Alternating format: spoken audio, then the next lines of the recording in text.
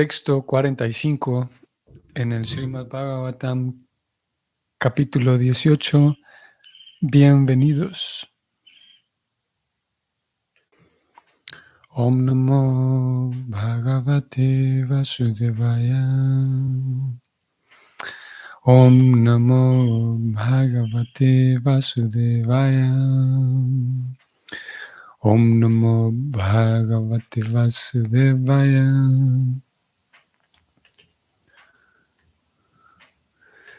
Tadarya dharma praviliyat nrinam parnasrama yutas trajimayam taturta kamabhi niveshitatmanam shunam kapinam iva varna shankaram. La traducción es la siguiente. En ese entonces, la generalidad de la gente se apartará de un modo sistemático de una civilización progresiva en lo que respecta a las ocupaciones cualitativas de las castas y las órdenes de la sociedad y en lo que respecta a los mandamientos védicos. Así pues, dicha gente se sentirá más atraída al desarrollo económico para la complacencia de los sentidos y como resultado de ello habrá una población no deseada que va a estar al nivel de los perros y los monos.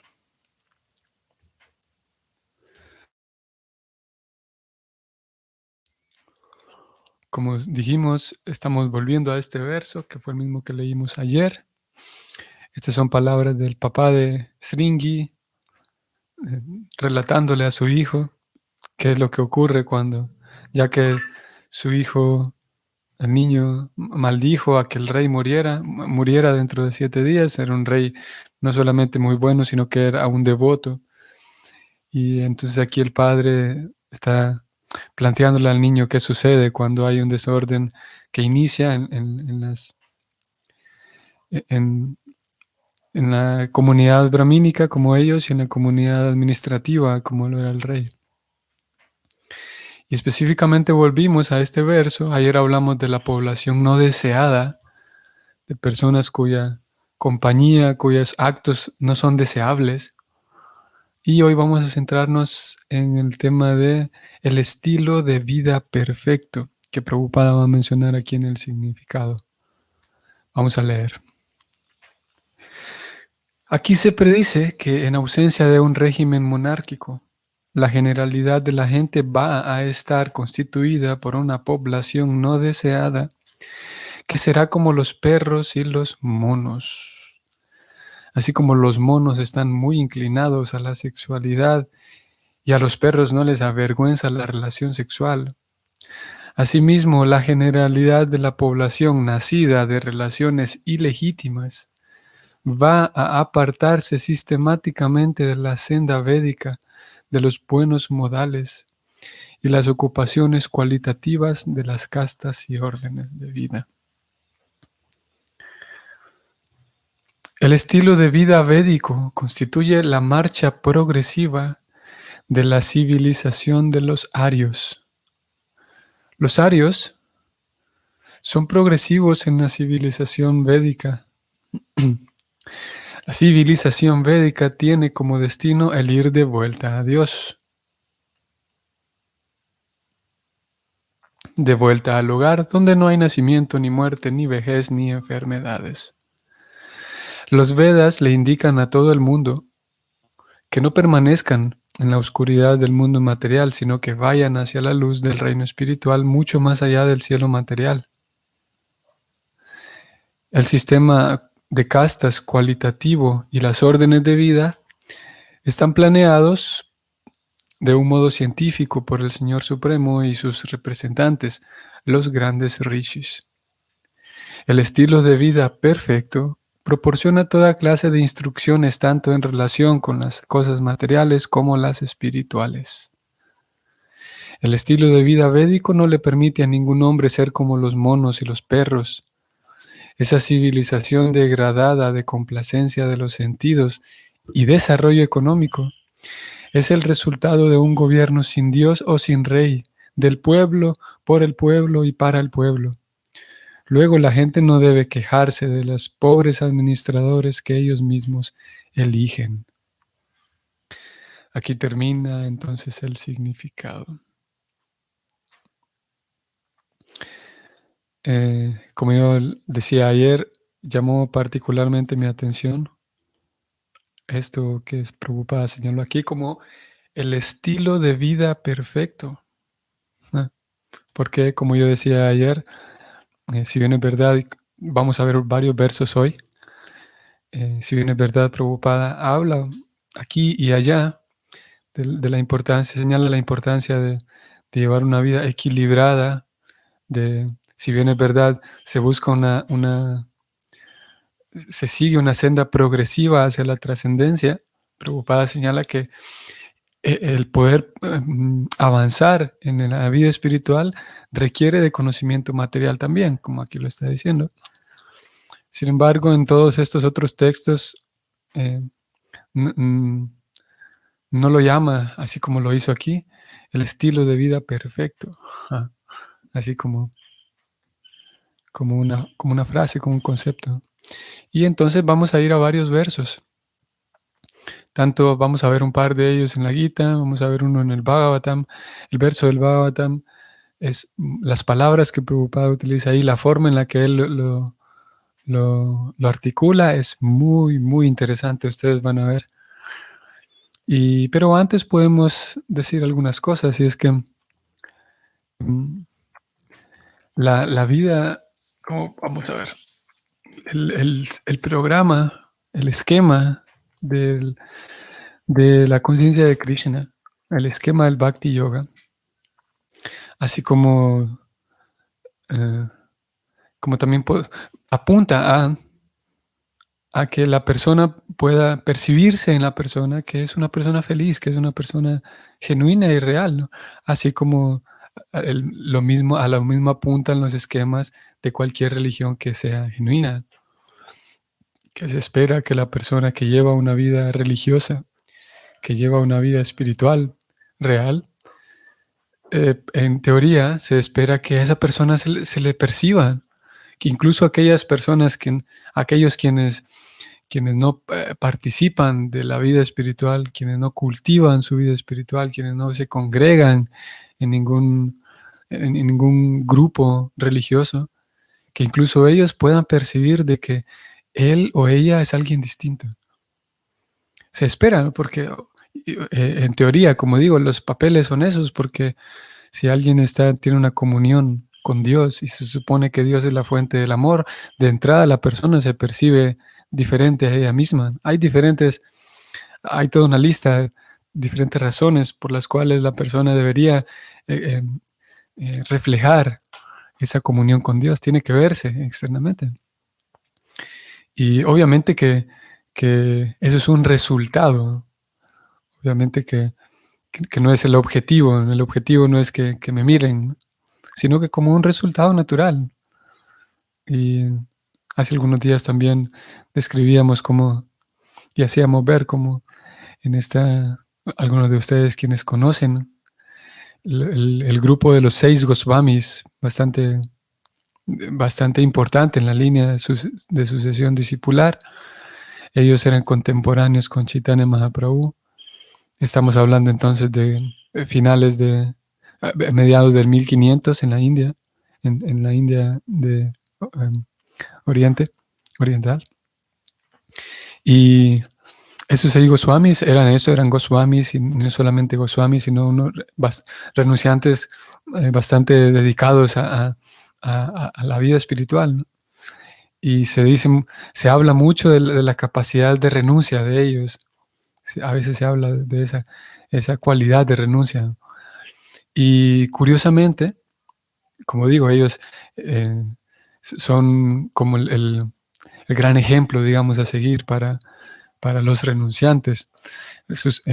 Como un dato interesante también, que uno de los discípulos de Prabhupada, que en el día de la ceremonia de iniciación, no recuerdo si fue el día de la ceremonia o fue en otro momento, la cosa está de que Prabhupada le recomendó a uno de sus discípulos que había entrado a la vida de renunciante también, a la vida de sannyasi. Prabhupada le recomendó que si quieres aprender lo que es realmente una vida de sannyasi, si quieres saber lo que es realmente una vida entregada a Krishna como un renunciante, tienes que estudiar esta canción de los 6 Goswamis, que son 8 versos. Esa canción describe las actividades, las cualidades de los 6 Goswamis. Y Prabhupada entonces le recomendó a su discípulo que si quieres saber de verdad qué es lo que es ser un renunciante, estudia esa canción. No estudia de memorizarla, sino estudia y observa a través de esa canción cómo era el comportamiento de ellos, los Goswamis. Así que, como digo, son los renunciantes por excelencia en nuestra línea de sucesión discipular. Y al ser los renunciantes por excelencia, curiosamente una de las líneas dice, yo lo mencionaba hace un par de días, una de las líneas de esta canción de 8 versos dice que ellos eran respetados por todo el mundo, eran respetados por personas respetables, pero también eran respetados y queridos por ladrones y sinvergüenzas y ¿cómo se llama? Truhanes, como Prabhupada lo llamó en los versos anteriores. Porque una persona que está, de vuelta, una persona que está dedicada a Dios de manera seria, sincera y genuina, se percibe. Incluso aquellas personas que no son respetables en la sociedad, como el caso de los Goswamis, ellos querían tanto a los Goswamis porque tienen algo espiritual, ¿no? Tienen a Dios, podemos decirse, porque eso es atractivo. Si Dios es la fuente de todo, tiene que ser atractivo. Y si hay una persona, un devoto, una devota que está con una comunión genuina con Dios, eso tiene que ser atractivo para un observador. Así que menciono todo esto porque no es verdad, y como lo vamos a leer en estos versos, no es verdad que la vida espiritual consiste en ignorar toda la vida los asuntos materiales. Es un tema interesante porque uno puede quedar enredado en asuntos conceptuales y enredado que puede quedar uno puede terminar en un lugar diferente al que uno quisiera ir y puede terminar en un lugar diferente al que las escrituras quieren llevarlo a uno, al que el maestro espiritual pretende. Y es bien interesante, vean que en este mismo párrafo, en este mismo parágrafo, ustedes están viendo aquí la pantalla, yo estoy subrayando donde Prabhupada habló del estilo de vida perfecto, que se requiere instrucciones materiales y espirituales, ¿no?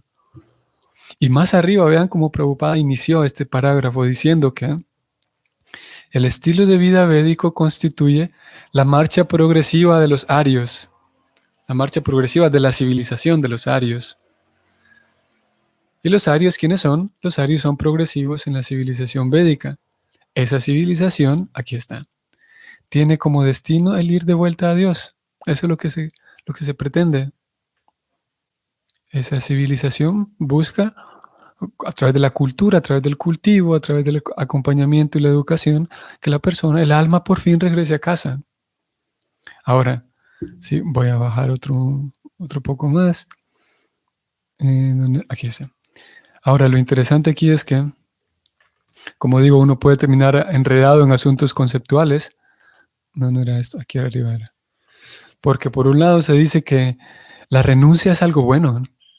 Y es tan admirable, ¿no? Los renunciantes, la renuncia, y aparentemente es algo bueno. De hecho, lo es.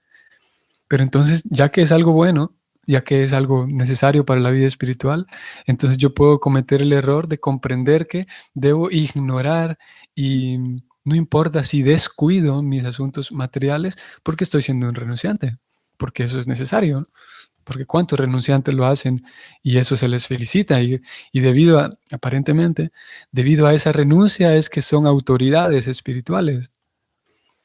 Pero lo cierto es que, como digo, es conceptual porque la renuncia no quiere decir que yo descuide. La renuncia no quiere decir descuido. Renuncia de la vida material, ni descuido, ni irresponsabilidad a mis asuntos materiales. De hecho, la renuncia consiste en ejecutar bien los asuntos materiales con responsabilidad y ofrecer el resultado a Krishna. Y saber en el mismo acto de ejecutar mis responsabilidades y labores materiales, saber que estoy siendo un sirviente de Krishna. Y lo hago bien, porque si en algún momento me toca, si me tocara que hablar con Krishna, yo le rendiría cuentas y le diría, mira Krishna, estoy haciendo mi mejor esfuerzo en mi trabajo, con mi salud, con mis hijos, etcétera. Es una ofrenda, es un acto de ofrendar mis esfuerzos a Krishna a través de a ejecutar mis deberes materiales con excelencia. Esa es más bien la renuncia. Y como digo, si confundimos el asunto pensando que la renuncia a la vida material significa ignorarla, las cosas materiales, y sí, ignorarlas y dejar de prestarle atención a las cosas materiales, esa renuncia, ese acto nos llevaría a un lugar diferente, nos llevaría, sí, en una dirección diferente. Ahora, si es, bueno, leamos los versos en los que Prabhupada habla del tema y luego podemos agregar algo más como forma de reflexión. Vamos a ir entonces primero. Srimad Bhagavatam. Empezamos con la Gita. Gita capítulo 14. Vamos a ver. Aquí está. Capítulo 14 y vean qué interesante. El tema mismo del capítulo se titula Las tres modalidades de la naturaleza material. O sea, aquí el tema de este capítulo es materia. Aquí no hay, a diferencia, por ejemplo, del capítulo 12 que se titula El servicio devocional. Aquí se habla de el servicio devocional como tal. Y aquí en el capítulo 14 se habla de las tres modalidades. O sea, se habla de cómo funciona la configuración del mundo material. Aquí todo el tema es hablar acerca del mundo material. Entramos, ustedes van a ver. Y aquí de entrada Prabhupada dice algo bien interesante. Texto 1. Dice Prabhupada lo siguiente en este significado. Si uno entiende este capítulo a través del proceso de la especulación filosófica, llegará a comprender el servicio devocional. Vean qué interesante. Voy a leer desde un poco más arriba para que veamos el contexto. Dice Prabhupada, desde el 7º capítulo hasta el final del 12º, Krishna revela en detalle la verdad absoluta, la suprema personalidad de Dios. Ahora el propio Señor está iluminando más a Arjuna. Vean que bien interesante porque Prabhupada está diciendo, bueno, Krishna acaba de hablar de la verdad, o sea, de la suprema personalidad de Dios. Ahora lo ilumina más. ¿Y qué significa iluminarlo más? Hablarle de cómo funciona el mundo material. Ya podríamos decirle a Krishna, Krishna, ¿qué tiene que ver? ¿Para qué usted se pone a hablar del mundo material? Hable solamente de Vrindavan, del mundo espiritual. Y lo cierto es que Krishna hace algo diferente. Y Prabhupada lo señala aquí, lo leo nuevamente. Desde el 7º capítulo hasta el 12º, Krishna reveló en detalle a la verdad absoluta, o sea, la suprema personalidad de Dios. Reveló en detalle. Ahora, el propio Señor está iluminando más a Arjuna. ¿Y qué significa iluminar más? Hablarle este capítulo que habla de las tres modalidades. Y Prabhupada aquí señala esto, que fue lo que venimos a buscar. Dice Prabhupada, si uno entiende este capítulo a través del proceso de la especulación filosófica, llegará a comprender el servicio devocional. Y obviamente que, si ustedes lo notaron, es muy resaltante que Prabhupada dice dos cosas. Uno, de que si uno entiende este capítulo, que habla de la materia, cómo funcionan las tres modalidades, cómo uno queda enredado. Aquí podríamos incluir cómo es que uno queda enredado en traumas, cómo uno queda enredado en asuntos de la niñez, cómo es que uno tiene una percepción distorsionada de sí mismo, de complejos de superioridad, de inferioridad. Todos estos temas están incluidos en cómo actúan las modalidades sobre el alma, que es el tema de este capítulo. Así que tratar de entender, por ejemplo, cómo yo estoy enredado de esta manera, con mi propia cabeza, con mis propias percepciones, mis propios miedos, mis propias, como digo, inseguridades. Tratar de analizar todo eso me permitirá a mí acercarme más al servicio devocional. Pero podríamos pensar que si me detengo a pensar en los asuntos de los traumas de la niñez, eso no tiene nada que ver con el servicio. A mí déjenme leer solamente de Krishna. A mí déjenme leer solamente los pasatiempos de Krishna. Podría dar la impresión que esa postura es más espiritual, pero lo cierto es que aquí, como Prabhupada lo dice al menos, es necesario conocer cómo yo estoy enredado, cómo las propias modalidades me enredan y cómo las modalidades enredan a todo el mundo, y así llegaría a comprender el servicio devocional. Y sin duda que es resaltante aquí que Prabhupada habla de la especulación filosófica. Esto es muy genial, que no es el tema de hoy, el asunto de la especulación filosófica, pero yo sé que les puede llamar la atención esto a ustedes, porque parecería que Prabhupada, parecería que está prohibido la especulación. Y en las comunidades devocionales hoy por hoy, parecería que es como un pecado, ¿no? La especulación, porque por diferentes razones así se ha transmitido. Se ha transmitido no muy bien, en realidad debemos aceptarlo, ese principio de la especulación, porque en muchas ocasiones, como digo, casi como un principio que jamás hay que romper, no especular, no especular, no especular.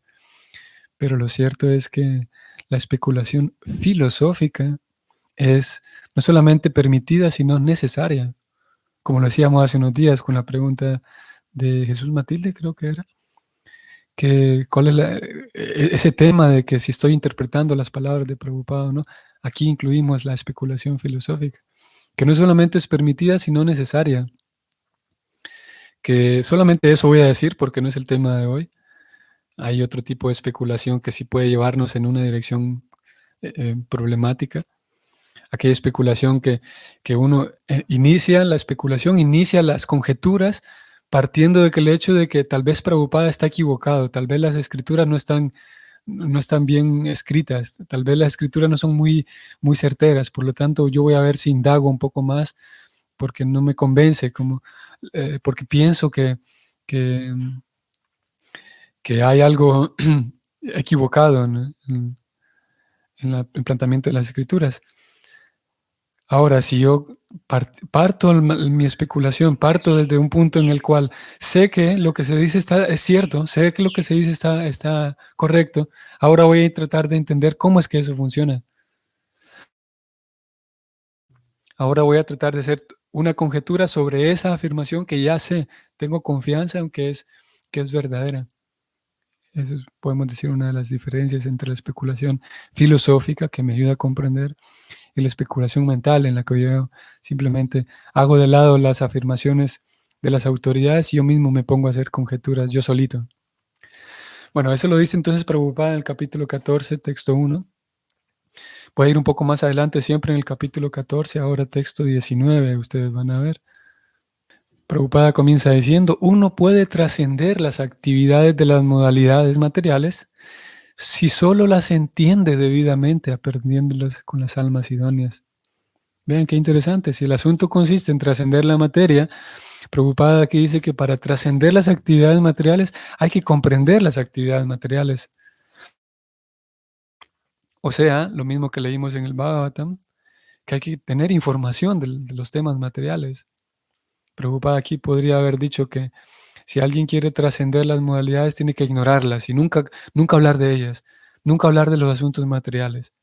Al revés, si uno quiere leo nuevamente mejor, uno puede trascender las actividades de las modalidades materiales si solo las entiende debidamente con las almas idóneas. Voy a ir un poco más abajo. Subrayo y leo. Por medio de la instrucción de un maestro espiritual genuino, la entidad viviente puede conocer su posición espiritual, que somos sirvientes, ¿no? Su cuerpo material, conocer sus sentidos, conocer cómo está atrapada y conocer cómo se halla bajo el hechizo de las modalidades materiales.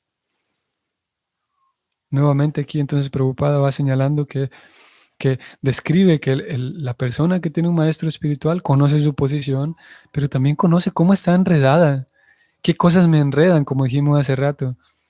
Las modalidades moldean mi percepción y el desmontar, el conocer cómo yo estoy atrapado en, como dije, en complejos de superioridad, complejos de la envidia, hablamos hace algunos días, complejos de inferioridad y traumas, etcétera, que nos hacen, eh, nos interfieren para unas buenas relaciones, por ejemplo, entre los devotos.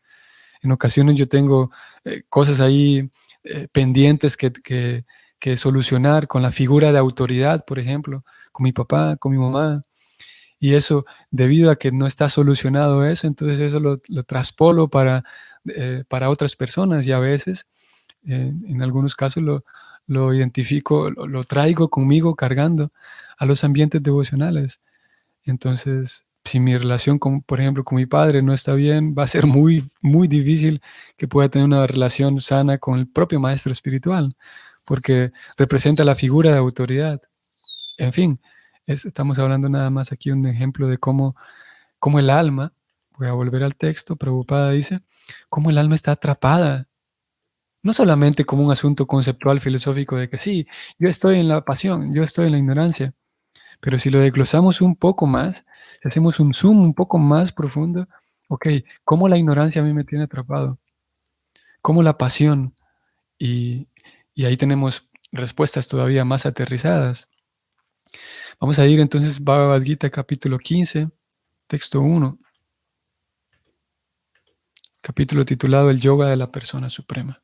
Este capítulo, para quienes lo desconozcan, este capítulo 15 habla nuevamente, describe cómo es el mundo material, vamos a decirlo así. Vean cómo inicia este primer verso. Krishna dijo, le dice a Arjuna, se dice que hay un árbol baniano imperecedero que tiene sus raíces hacia arriba y sus ramas hacia abajo, y cuyas hojas son los himnos védicos. Aquel que conoce ese árbol es el conocedor de los Vedas. Ese árbol, aquí Prabhupada en el capítulo va dando la explicación, ese árbol del cual se habla aquí es la experiencia material del alma espiritual. Vamos a entrar en este verso. El enredo de este mundo material se dice aquí que es como un árbol baniano. El enredo de este mundo material. Para aquel que se dedica a las actividades fruitivas, el árbol baniano no tiene fin. Él se la pasa errando de una rama a otra. El árbol de este mundo material no tiene fin y para aquel que está pegado a este árbol no hay ninguna posibilidad de liberarse. Un poco más abajo vean lo que dice Prabhupada. Ese proceso de liberación hay que entenderlo. Aquel que quiera salir de esta existencia material debe conocer ese árbol a fondo, a través del estudio analítico. Nuevamente, el mismo concepto con otras palabras. Leo nuevamente. Aquel que quiera salir de esta existencia material debe conocer ese árbol a fondo. A fondo, no solamente ya conozco el asunto material, bondad, pasión e ignorancia, pum, se acabó. Prabhupada dice aquí conocerlo a fondo, a través del estudio analítico, que sería casi lo mismo, o un sinónimo de la especulación filosófica, como lo acabamos de leer. De ese modo podrá cortar su relación con él. Nuevamente, aquí vemos una idea muy distinta a aquella de que si yo ignoro todas las cosas materiales voy a avanzar espiritualmente y así llevar una vida espiritual perfecta. Aquí vemos una idea por el contrario. Un estilo de vida perfecto significa dedicar tiempo a tratar de hacer un estudio analítico para conocer a fondo cómo lo enreda a uno la vida material, cómo lo enredan las modalidades y etcétera. Y por último vamos a ir Bhagavatam 7, 15, 21. Ustedes van a ver y con esto vamos a terminar. Srimad Bhagavatam 7, 15 y solo el capítulo. Vean qué interesante el tema del capítulo. Hemos venido hablando y el texto mismo de hoy habló de la civilización, de los arios. Este capítulo 15 se titula Instrucciones para los seres humanos civilizados. Vamos a ir al texto 21, que es un capítulo muy interesante. Y todo el contexto de este texto 21 es muy interesante. El verso dice así: Oh Rey Yudhishthira, muchas y de muy variada experiencia han sido las personas que han caído en la vida infernal por no estar satisfechas con sus respectivas posiciones, desde asesores legales a sabios eruditos, personas dignas de presidir asambleas de intelectuales. Prabhupada dice lo siguiente: para avanzar espiritualmente es necesario estar materialmente satisfecho. Pues sin esa satisfacción, la codicia de progresos materiales acabará por malograr el avance de uno. Con esto, ya, ¿para qué leemos más? Palabras claras y directas. Aquí no es una, no es una especulación ni una conjetura a ver qué Prabhupada quiso decir esto y lo otro. Aquí lo dice claro y contundente. Para avanzar espiritualmente es necesario estar materialmente satisfecho, pues sin esa satisfacción la codicia de progresos materiales acabará por malograr el avance espiritual. Y luego él dice algo también no menos interesante, muy interesante también. Hay dos clases o hay dos cosas que anulan el valor de las buenas cualidades. La primera es la pobreza. Y él cita este sánscrito diciendo, Daridra dosho guna rashinashi. O sea, cuando una persona está en la miseria, todas sus buenas cualidades carecen por completo de valor y de sentido. Del mismo modo, las buenas cualidades también se pierden si hay demasiada codicia. Por lo tanto, el término medio estaría en no vivir ni en la miseria, pero al mismo tiempo tratar de permanecer satisfechos con lo imprescindible para vivir sin ser codiciosos. Y en fin, aquí Prabhupada continúa hablando del tema. Así que para avanzar espiritualmente es necesario estar materialmente satisfecho. En fin, definitivamente que leemos estos textos y indudablemente y se espera que esto nos genere más interrogantes, ¿no? Que nos haga pensar y que nos genere más interrogantes, que nos haga indagar más acerca del tema. Porque eso nos lleva a preguntar, entonces, ¿cuál es la medida ideal? Entonces, ¿cómo hago para equilibrarme? Entonces, ¿tengo que tener bastantes cosas o pocas cosas materiales? En este tema porque el verso mismo decía a ver, voy a volver al verso de hoy. En el verso se decía que el estilo de vida perfecto consiste en tener instrucciones materiales y espirituales. Estoy volviendo, no sé si ustedes lo están viendo, sí. El estilo de vida perfecto proporciona instrucciones materiales como espirituales. Entonces podríamos preguntar, ¿en ese estilo de vida yo puedo incluir instrucciones de carácter psicológico, por ejemplo? ¿Vale la pena entonces que yo reciba instrucciones de carácter psicológico o no? ¿De carácter alimenticio, por ejemplo? ¿De carácter nutricional? ¿Vale la pena recibir ese tipo de información también? Todas esas interrogantes pueden surgir y es necesario que surjan para que vayamos masticando y digiriendo más el tema del cual hemos hablado hoy. Por hoy vamos a dejar hasta aquí. Voy a leer la pregunta de Madhva Priya. Saludos. Hare Krishna. Prabhu, si uno no encuentra esa satisfacción material y acabar la vida buscando ello, sí, este tipo de interrogantes son necesarias. Gracias por presentarla, Madhva Priya. Afortunadamente nosotros tenemos, claro, afortunadamente Prabhupada no solamente dijo busquen satisfacción material y punto, ahí se acabó su explicación, sino que en ese verso que yo compartí, Prabhupada sigue diciendo más abajo que uno puede aprender también al mismo tiempo a estar satisfecho con lo que tiene, con las cosas necesarias. Y a lo largo de la obra de Prabhupada, a lo largo también del Bhakti, uno va aprendiendo a que no es posible estar satisfecho solo con asuntos materiales. Por esa razón, Prabhupada incluye indudablemente la vida, el sadhana, la práctica espiritual, porque la práctica espiritual a uno le regala satisfacción. Entonces uno puede ir encontrando satisfacción con cosas necesarias materiales. Si uno quita la práctica espiritual y elimina todas las actividades espirituales y se queda solamente buscando satisfacción material, eso sí nunca va a tener fin.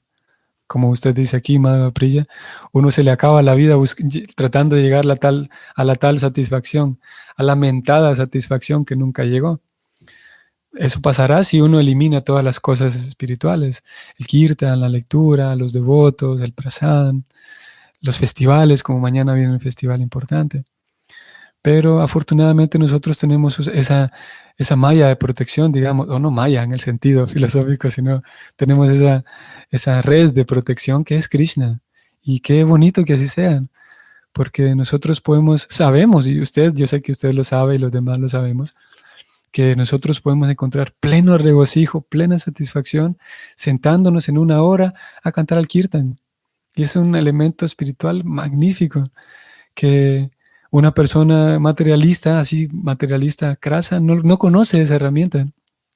A ella sí se le va a acabar la vida tratando de lograr la tal satisfacción.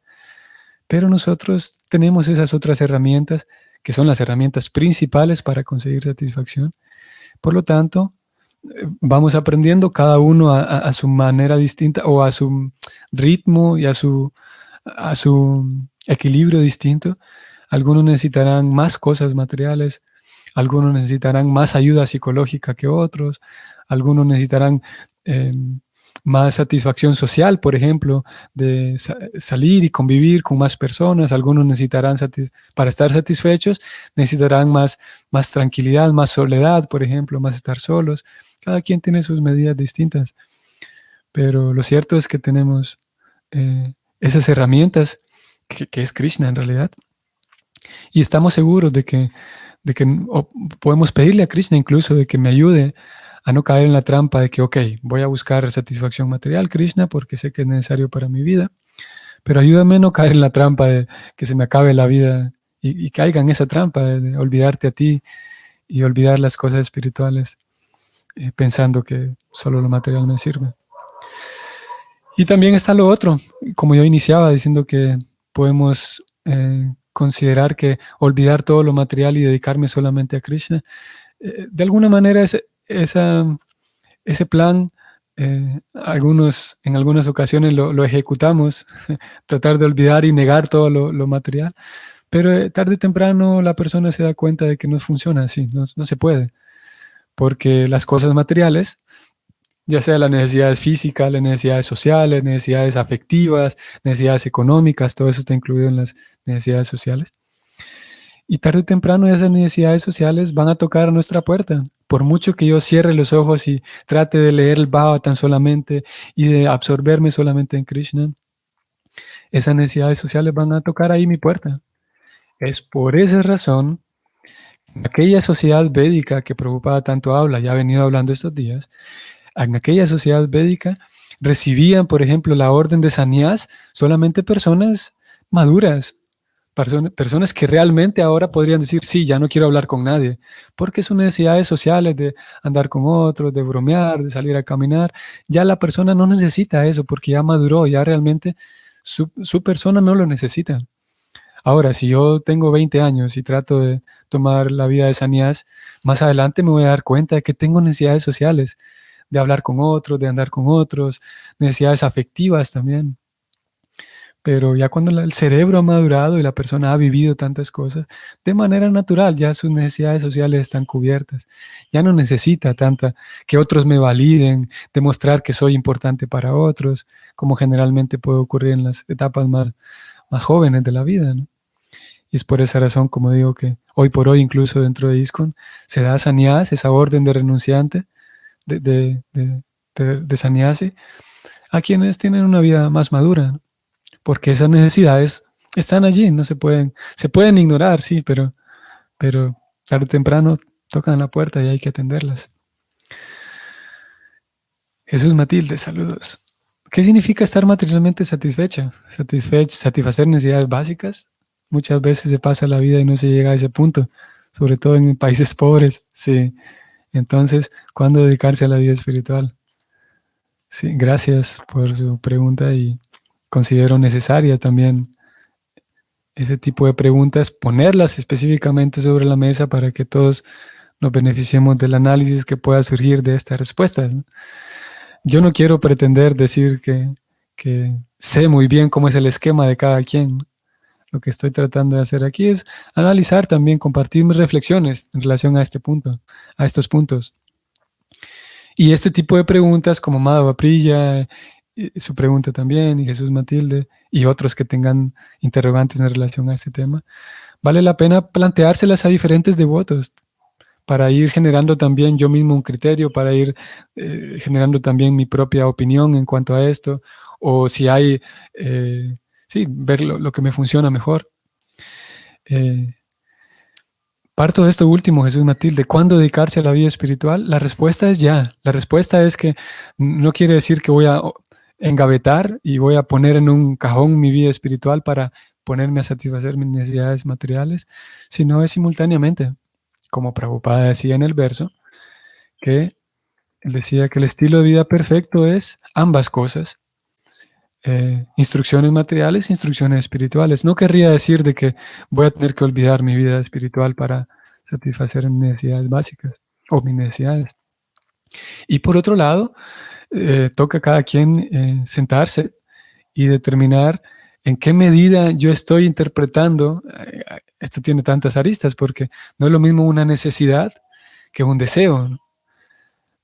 Y creo que aquí nos metemos ya en otro tema que también es necesario y que hoy ya nos fuimos bastante del tiempo estipulado para cada día, pero una necesidad es si hay ciertos productos, por ejemplo, ciertas, hablando en cuanto a cosas tangibles, materiales, físicas, ciertos productos, por ejemplo, que son necesarios, que yo teniéndolos puedo continuar con mi vida saludable.